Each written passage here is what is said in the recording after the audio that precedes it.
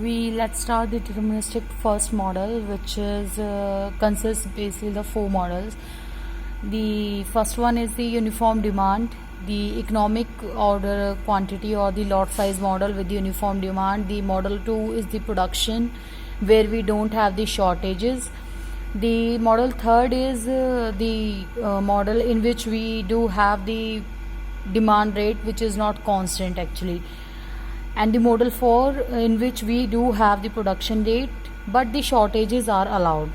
So here we go, the first model in which we have some kind of formulas. The first one is the optimum inventory cost, which is denoted by the C minimum, and the formula is under root 2 C1 C3 R. C1 is the ordering cost, C3 is the setup cost, C1 is the holding cost and C3 is the ordering cost, and R is the total rate of demand per unit time. Next is optimal economic order quantity, which is denoted by the Q star. It consists two formulas, under root 2 total rate of demand C3 means ordering cost divided by the holding cost, or the Q star equal to total rate of demand into T star. T star, it means the interval time, which is calculated by using total optimal quantity divided by total rate of demand, or we can also use the formula under root 2 C3 upon RC1. Number of days supply, which is denoted by the small d, it is calculated by 365 divided by total number of orders. The optimal number of order, which is denoted by the capital N, is calculated by capital R, the total rate of demand, upon Q star, the optimal order quantity. Next, I is the inventory carry cost percentage. Sometimes क्या होता है कि आपको question में ये दिया हुआ कि एक यूनिट पर यूनिट आइटम की कॉस्ट आपको गिवन होगी. सपोज आप समझिए कि एक यूनिट की कॉस्ट आपको ₹20 गिवन है. ओके, तो ये आपकी है C, which is the cost of one unit item. अगर आपको ये दिया है कि एक इन्वेंट्री कैरिंग कॉस्ट किससे डिनोट होती है, बेसिकली हमारी कैरिंग कॉस्ट होती है हमारी C1 से denote. Okay, and it is also the C1. So inventory carrying cost अगर आपका पर यूनिट का आइटम का परसेंटेज में गिवन है 20% of C1, it means 20% of 20. तो ये जो 20% है ये आपका होगा I, और इस पूरे फॉर्मूले को यूज करके means percentage of the inventory carry cost percentage on the cost of the per unit item, इन दोनों के कैलकुलेट करने के बाद जो हमारी कॉस्ट निकल कर आएगी रुपीज में, वो होगी आपकी C1.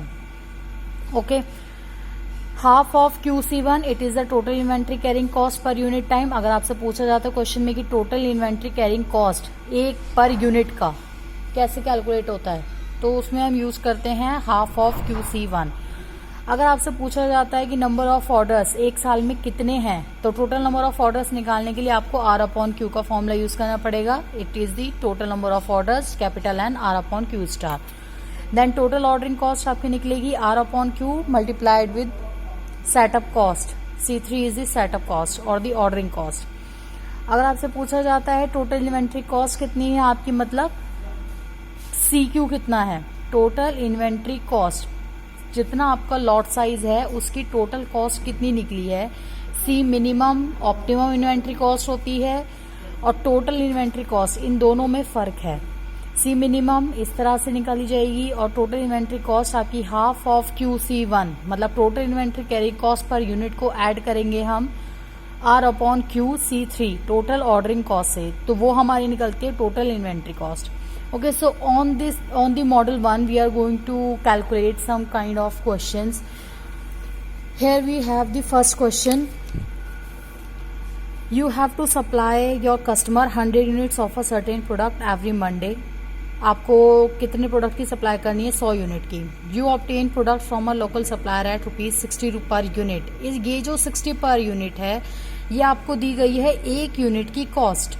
The cost of the ordering and the transportation of the supplier is 150 order per order. मतलब जो आपको ordering cost दी हुई है that means C3, it is 150। Question में बेसिकली आपको क्या करना है जब भी इस टाइप के क्वेश्चंस मिलेंगे इन्वेंट्री के, सबसे पहले आपको C1 देखना है, C1 क्या है, C2 क्या है, C3 क्या है, I क्या है, T क्या गिवन है, हमें कैलकुलेट क्या करना है। बेसिकली आपको सारे नोटेशंस को आइडेंटिफाई करके देन ये कैलकुलेट करना है कि पूछा क्या गया है, तो सिर्फ उसी के अकॉर्डिंग आपको ये फॉर्मूले को अप्लाई करना है।